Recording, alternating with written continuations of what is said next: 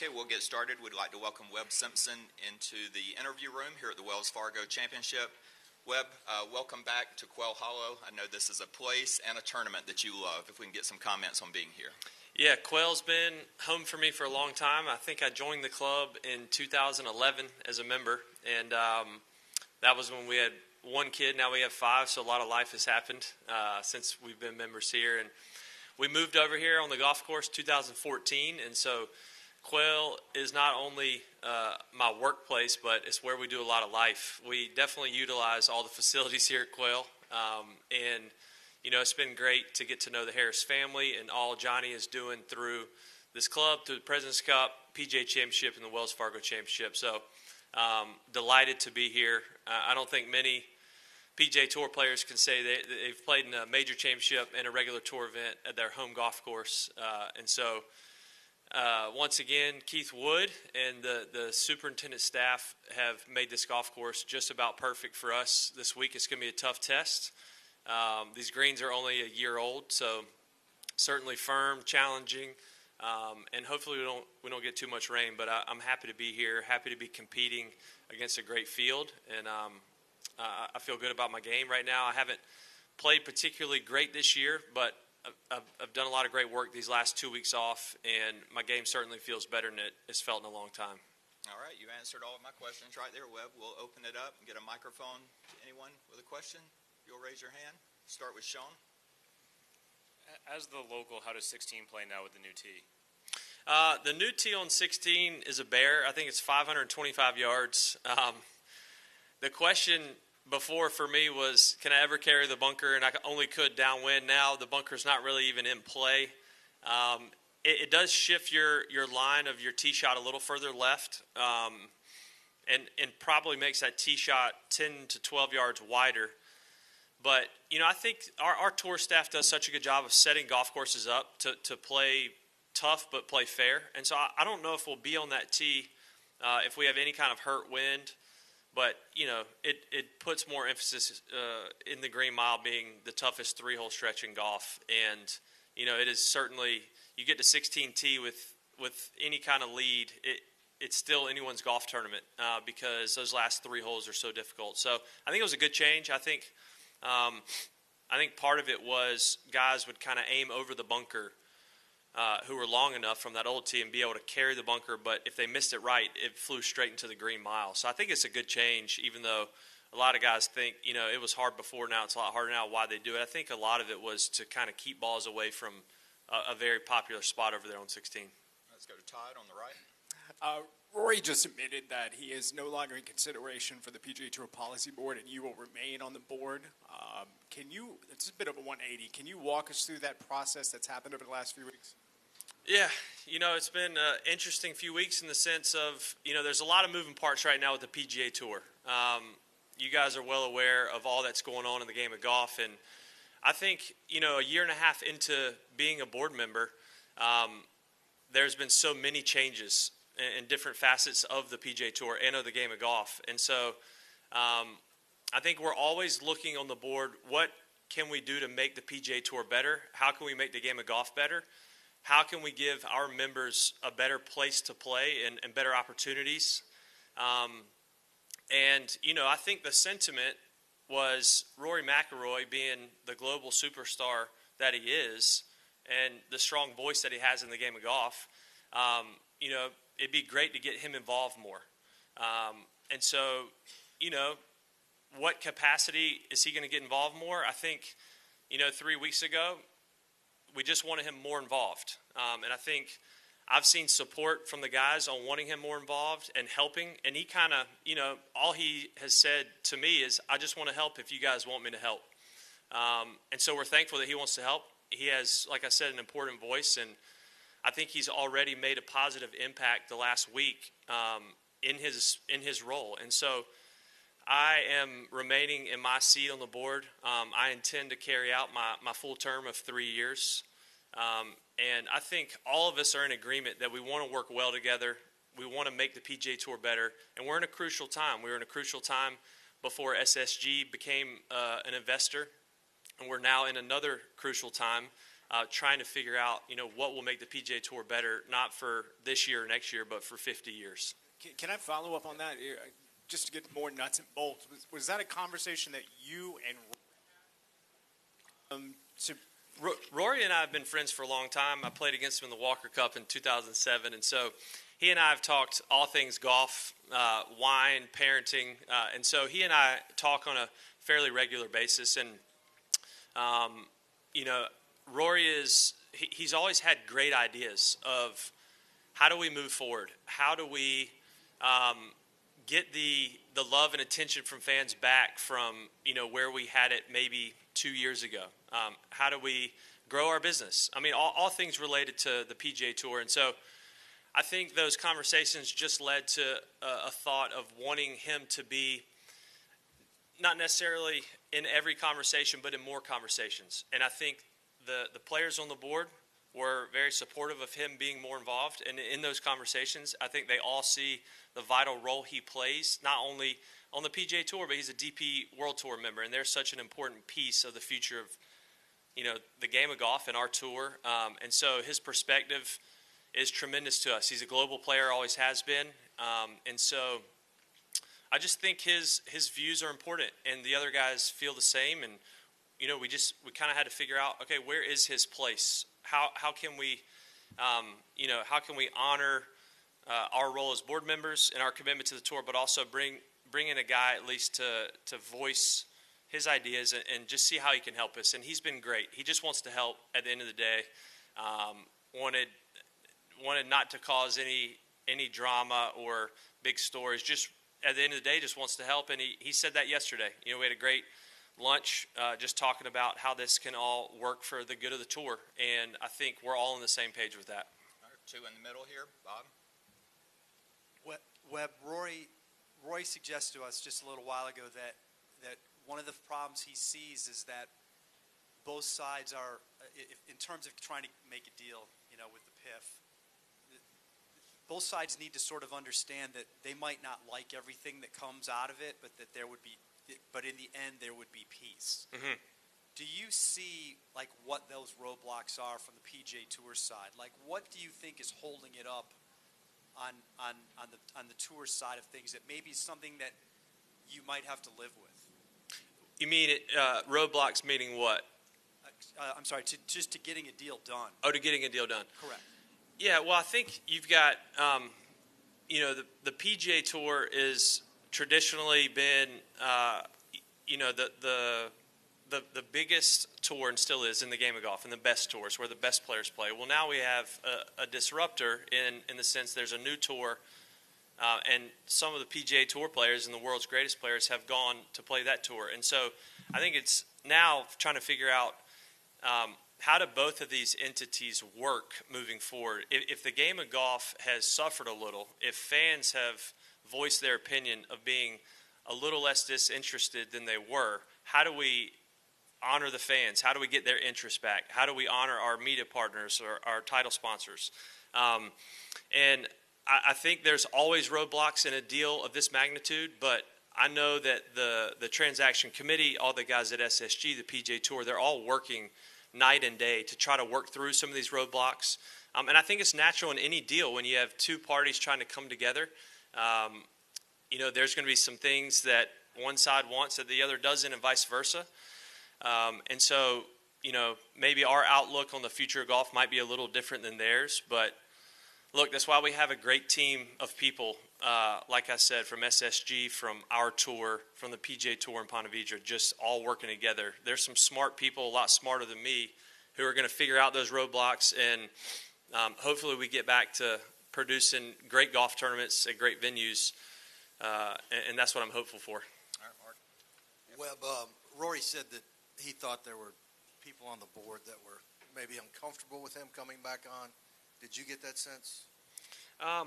No, I think what we had to work through was, where could his role best be utilized? There's a lot of different roles right now that different players are playing on different committees, or us on the policy board or the enterprises board, and so.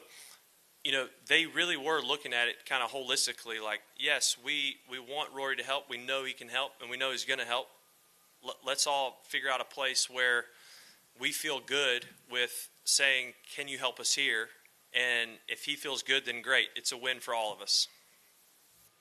Okay, yeah, let's go right behind the camera here. Hey, Webb.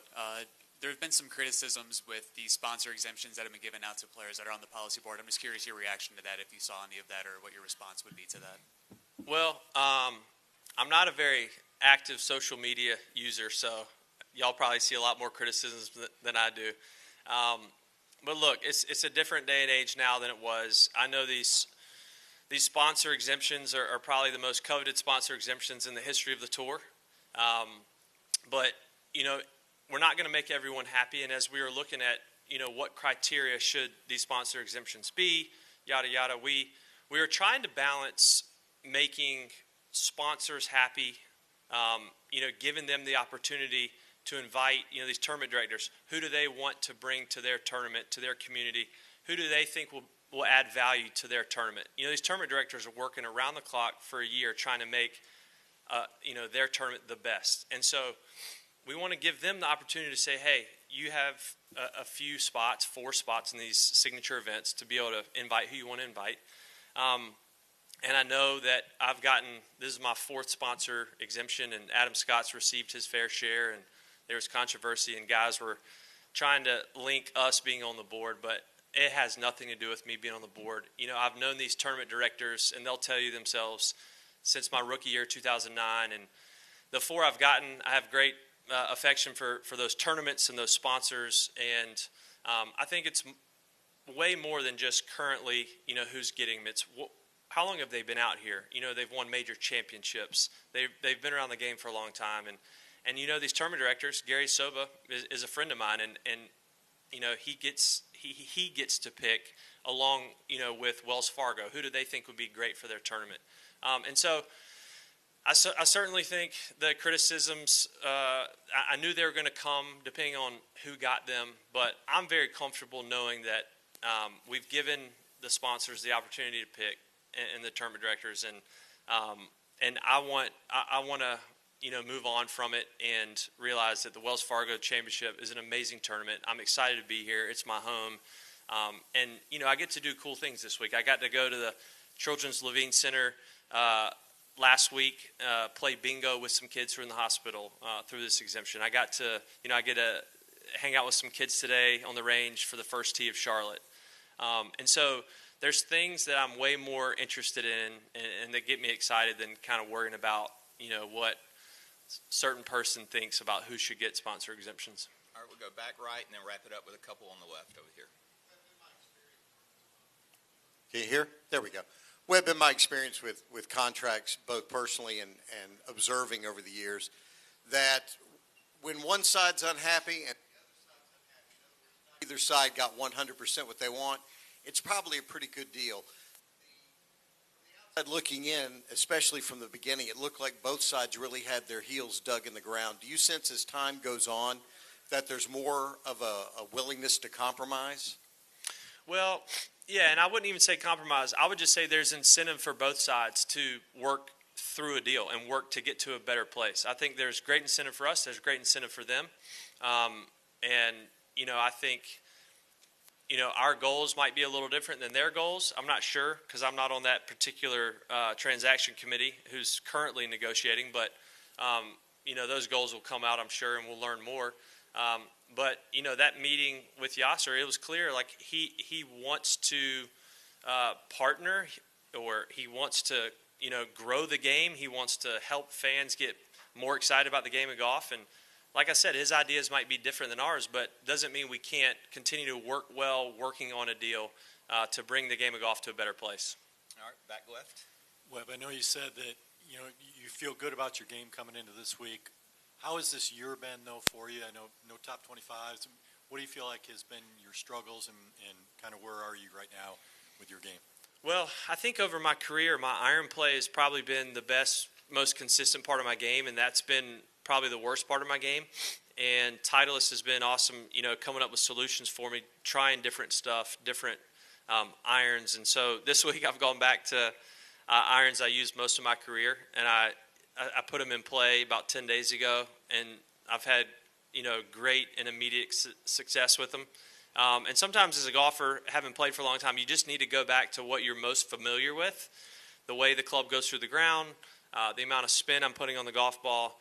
So I would point to that part of my game for my struggles this year. But like I said, I'm optimistic, what I've seen the last 10 days. And, being so familiar with this golf course is obviously, a calming factor for me, knowing how to play the golf course, how the golf course can change so fast if we get some drier, windier conditions this weekend. So I'm very optimistic about this second half of the year. All right, two more. Let's go right here on the left. Hey, Webb. Your name on the U.S. Open trophy and the U.S. Open coming back to Pinehurst in a couple of weeks, what does it mean to have your name on that trophy, and what are your recollections of playing number 2 in 14, I believe it was, for you, and even going back as a kid at 99, just before we met? Yeah, well, in 99, I was actually a standard bearer on Saturday for Tom Watson, which was amazing. That was kind of my first time inside the ropes at any tour event, but at a major championship. And playing in 2014 was like a dream come true. I'd always played number 2 growing up in tournaments, North-South junior championship. We had the state championship there in high school. My mom and dad lived there for a number of years, so Pinehurst is near and dear to me. I'm currently not in the U.S. Open. I'm qualifying in Alpharetta. I think it's June 3rd, so that'll be something that it's one of my biggest goals of the year. It would kill me not to be in the U.S. Open this year, but I hadn't played well enough. My exemption ran out, and I'll be playing 36 holes, fighting like crazy to get into it. But it's an amazing venue, and having USGA's new golf house there is really special, and it's an amazing venue for a U.S. Open. Yeah, so I have the trophy in my office right now, and from time to time when I'm feeling down about my game, I will go look at it. I will remind myself that that was a great day in 2012, winning a major championship and seeing other names around me, the Tiger Woods, the Rory McIlroys, the greats of the game, instills in me that, I do have what it takes, and golf's a funny game. Sometimes you get a little off, but it's in there. I just gotta bring it out. All right. Yeah, sort of backing off of that, I'm sure some guys would use this trip to be right down the road from Pinehurst to sort of go from here to there. What's been the consistency about getting out to major championships with like a stacked signature event, major signature event, about how that sort of disrupts the schedule a little bit for them? Yeah, I mean, it's a new thing, obviously, for the last year and a half, having these signature events. But I think, some guys' mentality is they want to play certain golf courses before a major, whether it's a hard golf course or whatnot. Some guys just want to play. They want to get 4 days of competition in. But I think a new factor now with these signature events is you have the best players in the world here all together. And so it's an amazing championship this week. But I think some guys see it as, a 2-for-1 in the sense that they're playing a great golf course, a great golf tournament, but they're also playing against the best players in the world who they're going to be playing against next week at the PGA Championship. And so whether you call it a warm-up or not, this is, its own championship in and of itself that I'm sure guys' minds are really focused here, but in the anticipation of obviously getting ready for next week too. Can't let you go, Webb, without finding out how you did in bingo against the kids. It was actually a would you rather game. Okay. So they do bingo, which I'll go back to. But would you rathers were pretty awesome. I remember one was, would you rather putt with a stick with a marshmallow on the end or a magic wand? And so there's a lot of debate with me and the kids on what's better. But those kids are what it's all about. And Wells Fargo does a great job partnering with, organizations like Levine Center. And so, I'm excited for more opportunities to partner with them. And your answer on that? The marshmallow on the stick, because putting's hard and you get in a bad mood if you miss a putt. You take the marshmallow off, you eat it, you feel better. Perfect. Thank you, Webb. Appreciate your time. You got it.